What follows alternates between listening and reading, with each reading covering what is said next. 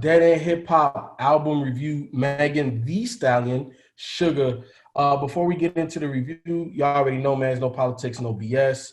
We come to you virtually, but we want to give a big shout out to all of the essential workers out there, all of the doctors and nurses in harm's way to try to keep everybody else as safe as possible. We are doing our job and trying to stay home. All of our patrons, we appreciate you. We appreciate everybody that is taking the time out during this time to watch us and let you escape for the next 10 to 15 minutes and not think about everything that's happening right outside of your doorstep. We truly appreciate it. Also, y'all make sure that y'all check out me and Beezy's quarantine special. We are out here to entertain y'all. We're selecting 2 artists, and for 2 straight hours, nonstop, we are playing our favorite tracks of those artists. Make sure that you go and subscribe to Twitch, or actually sign up to Twitch, so that way you can vote. Make sure you check out Beezy's Twitch channel. Obviously, Beezy430 everything, so that'll be twitch.tv/Beezy430. Make sure you go over there. After every round, we put up a poll and y'all vote on y'all favorite tracks. But back to the review, Megan the Stallion, Suga. So Megan the Stallion was the first female artist signed to the 300 Entertainment back in November 2018. Obviously, Carl Crawford, the baseball player, owns that imprint. And I'm not going to go too much more into her backstory, mainly because this album was marred already with a whole bunch of controversy while it was coming out. Due to obvious reasons, we weren't able to get to this kind of when all of the controversy was happening. But she signed a non-favorable contract. And this almost did not come out, but I guess her and her team at Rock Nation forced their way into getting this project out because 300 Entertainment was not feeling it. And it's primarily because Megan wanted to renegotiate the terms of her contract. I thought the label was 1501. Well, I guess she's signed to multiple people. Hey, look, either way, go check out the On Deck TV podcast. I did an interview over there, and we talked about this at length. It's already on YouTube. It's already on their IG. Go check that out, On Deck TV podcast. So I not getting too much into the whole thing and trying to stay on to the topic of this project. Look, man, I like Megan and I like Suga. I feel like this was another, because it's only 9 tracks, 25 minutes. I feel like this was another kind of appetizer type of project going into the summer again, and her just kind of reactivating Hot Girl Summer. You know what I'm saying? So I think with that in mind, this project served its purpose. And I think one of the things that stands out for me about Megan the Stallion is that she comes off as genuine. When she talks about her pussy, when she talks about sex, when she talks about all of that type of stuff, it doesn't feel like she's just doing it to grab people's attention. It's like this is just me. It's just, you know what I'm saying? Like, I always felt like everything she does or how she comes off is just a genuine thing and it's not gimmicky. And that's the. You think it's gimmicky? I do think some of it's gimmicky. Yeah, I don't think she's doing all that stuff she's rapping about. But we can say the same thing about men. About who? Man. About men. I know it can. But I think any great storyteller embellishes a little bit. I don't even think it's a little bit. You think it's a lot? Like when she says she like a dude with a curve? I don't think that's a lot. I mean, you're talking about that one thing. Okay, so but I'm talking about like everything else. Naomi is cracking up. What the? Feefo just go to the it's just hilarious. Yeah, I know. I'm just saying, like, she's talking about way more stuff than that. No, she does. What the hell? Oh my God. I just the goddamn. Just went straight to Captain Hook. Just straight to it. Oh, God. But again, I brought that line out because I think that speaks to her genuineness. You know what I'm saying? When it comes to her lyrics and to the females though. I don't know that. I don't know that curve. You ain't got that curve. They don't tell you. When you got I don't know that. Hey. When you can be in the bedroom, Ralph, and fuck her in the living room, you're doing a good job. When you can do a Macarena and fuck, hey, you Oh my God, man. Hey, man. Authenticity to what she's saying, to your point, Feefo, but I do also think there's a certain level of caricature that there is to it. And I think some of that is just natural for women in the rap game. So I think that while there is, when she raps, I think it does feel like it's coming from somewhere. But I do think there is a certain level of character that comes with the Meg the Stallion persona. Of course, and I think that that's any person in entertainment in general, right? Like I truly believe that, because you're kind of putting on a show, right? And then through lyrics, you're telling stories, and like I said, I think great storytellers, they embellish a little bit. And obviously, I think every rap, like I don't believe fucking Rick Ross sold a fucking boatload of coke. He might have sold some, but he ain't selling no fucking Carnival Cruise Line's worth of shit. You know what I'm saying? Like it is what it is. It's kind of like you got to take everything with a grain of salt. But again, I don't think that it's a detriment to like her genuineness about her sexuality. But I get criticized for that though. Okay, but does Benny the Butcher? Like, you know what I'm saying? Benny talking about he sold boatloads of shit too. You know, like obviously that's a credibility thing with Rick Ross, but I'm just saying, like the credibility thing with Meg, it's not a credibility thing. I think it's a genuineness that comes off for me. I don't know, when I hear it, I hear a chick that's in tune with her body and what she like. Yeah, okay. I agree with Ralph.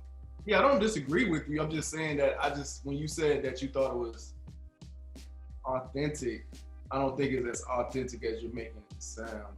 Now she raps about it very well. I just don't, and I'm not saying that I have a problem with it. I'm just going based on what you were saying. That's all. I don't have a problem with what she raps about and how she raps.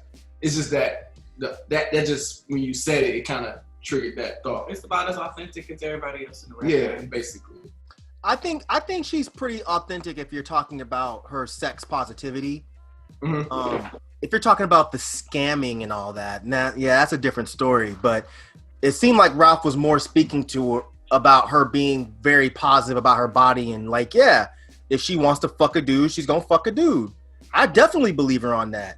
And I mean, I think anybody that would take a fucking video of themselves laying in a bed with G-Eazy, that's someone that's very like genuine about her sex positivity.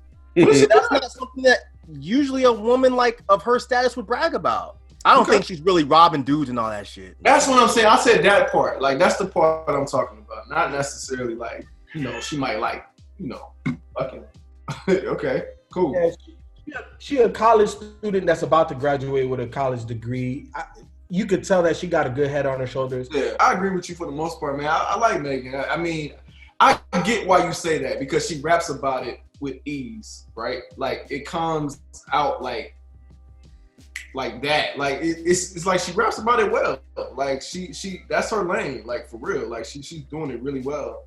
And so yeah, I think it's kind of fun, like what she's doing. So did y'all like the album? Oh, it's not something that I would return to, but I can see why someone would like the album.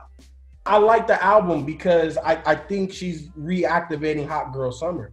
And I like the fact that she has like this wave, like she has like this thing about her. And this whole project sounds like summertime outside music. Obviously, we're not in that situation. She didn't pre-plan the whole COVID thing. So, but like this sounded like everything that she was putting out, not from a sonically perspective, but just from like a wave, a movement of what Megan is doing. Like this falls in line with her last project that we reviewed, So I like her overall packaging, and I like the project. It's not necessarily made for me, but when it gets played on the radio or it gets played on a playlist during a party or some shit, like I'm like, yeah, bro, turn that shit up. But I'm not gonna be, oh yeah, I gotta go listen to this. I gotta come home and listen to this Megan. It's just not for me like that. But it's a good album though. I appreciate it. I do feel like it didn't close well though. I feel like it didn't close well. It tapered off. Yeah, for me, I didn't as a whole, I didn't really care for this project. I thought it started off really strong with the first 3 tracks with Ain't Equal, Savage, and Captain Hook. But yeah, once it got to, you know, she tried to go with the whole Pac ode to Pac with the BITCH joint with that with that joint off of from All Eyes on Me, I'd rather be a nigga.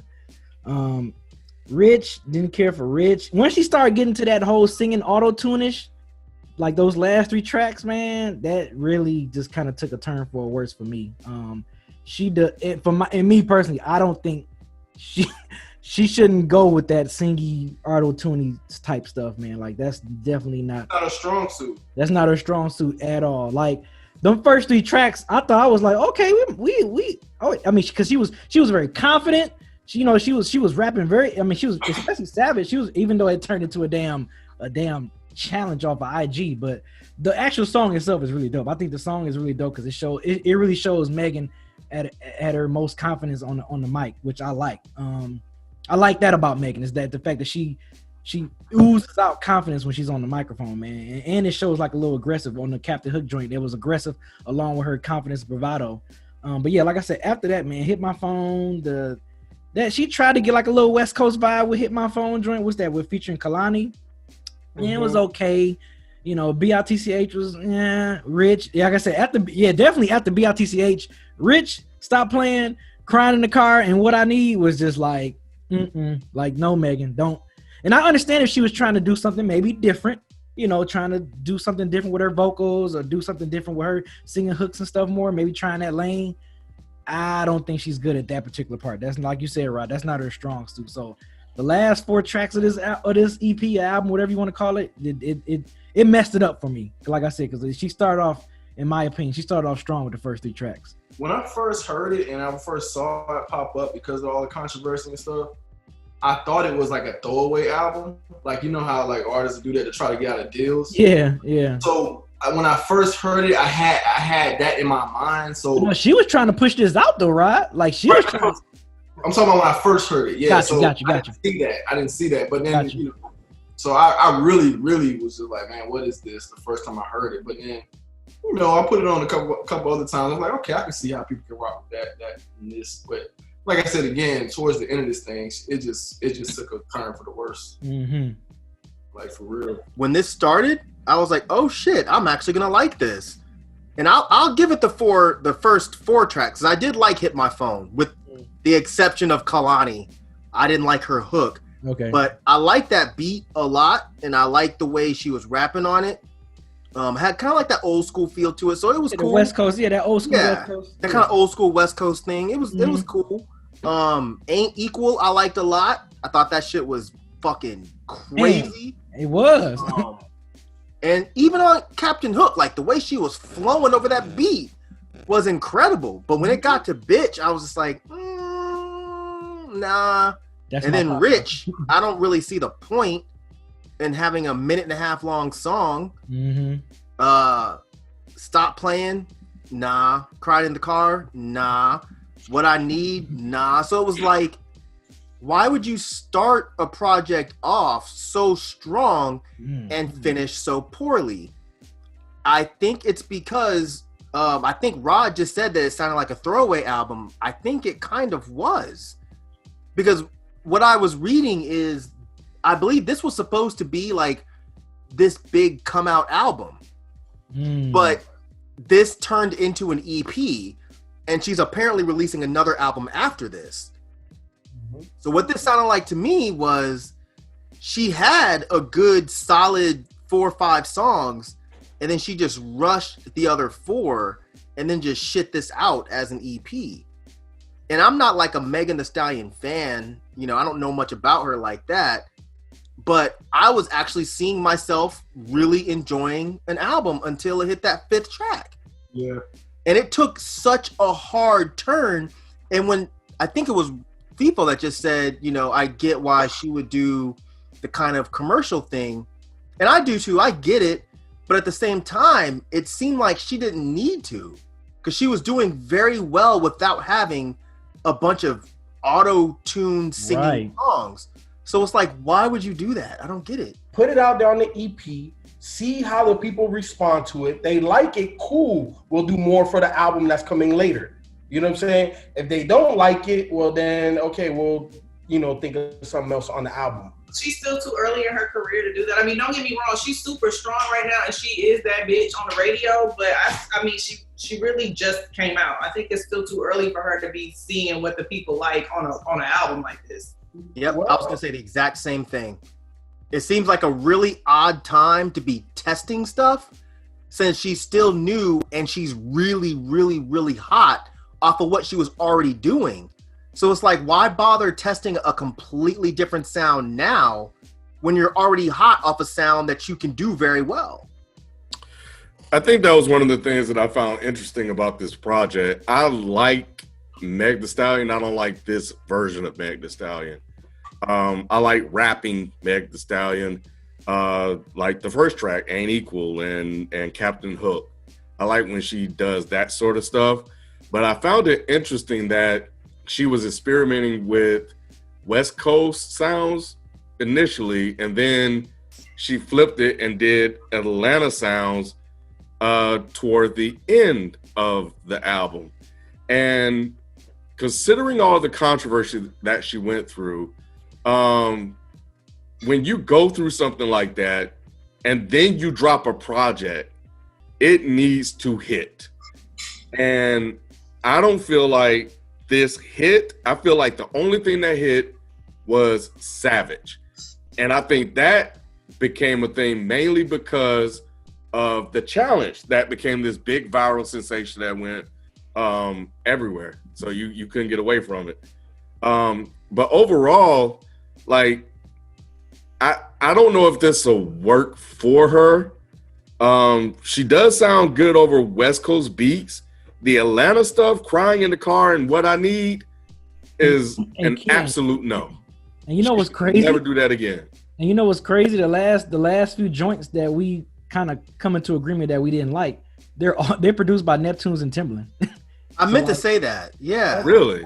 Yes, that's crazy.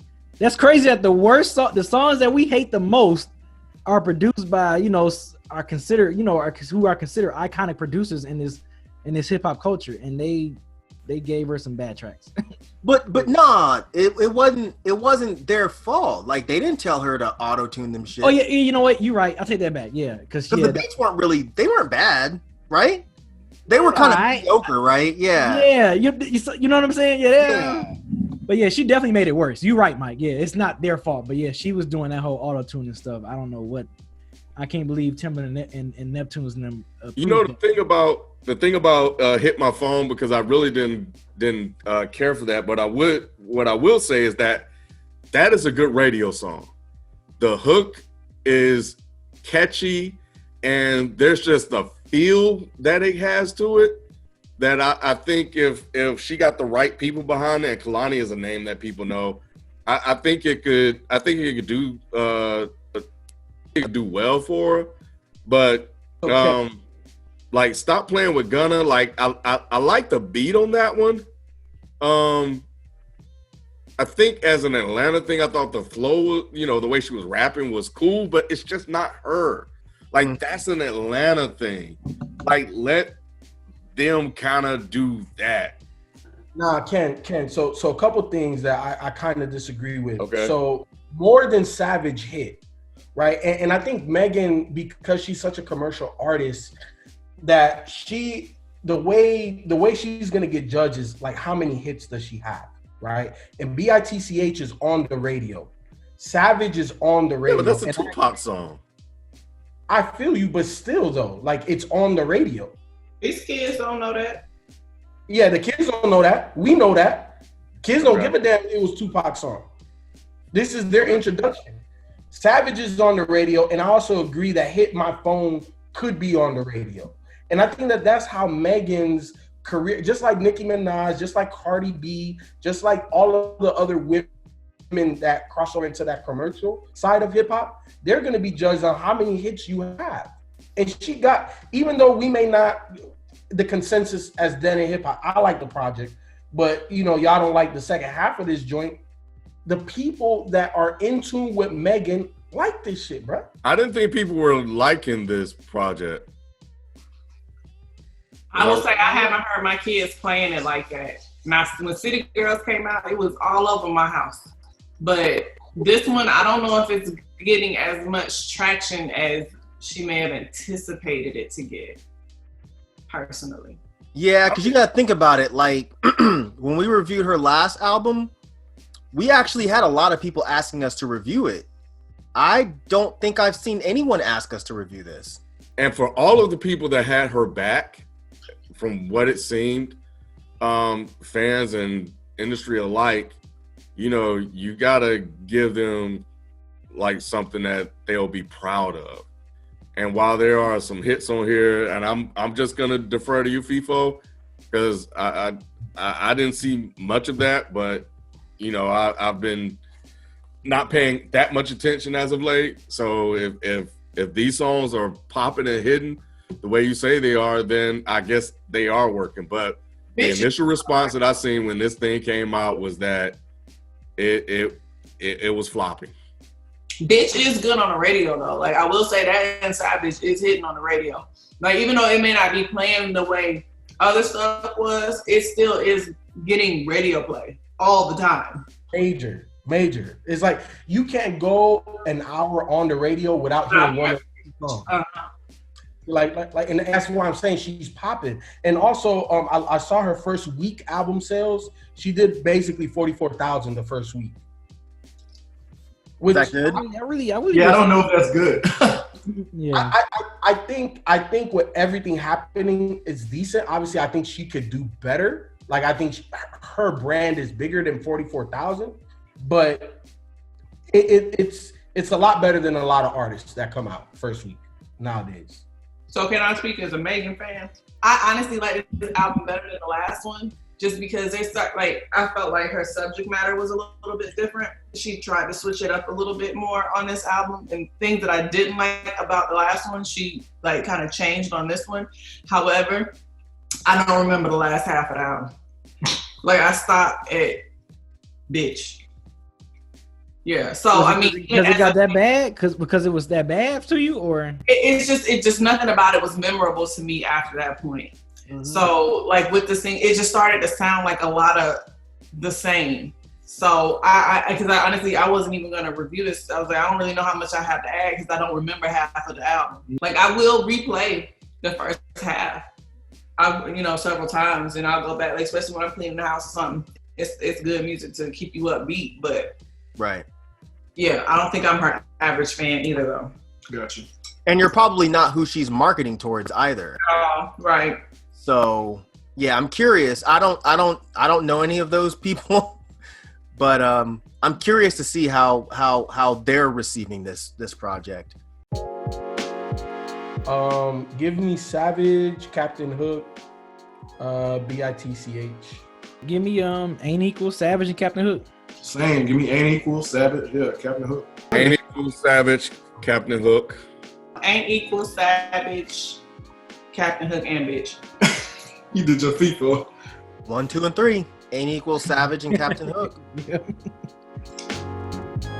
All right, so Megan the Stallion, if you watching, I think you still have a very bright future.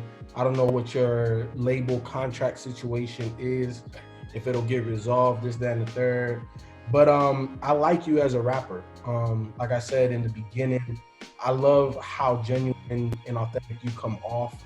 I also think you definitely have talent, and I love the fact that you were able to kind of create a brand and a wave with this hot girl summer type of thing. And I think this is just this is a hot girl spring right now. You know, in your album, it'll make it a hot girl summer. Megan, if you're watching, I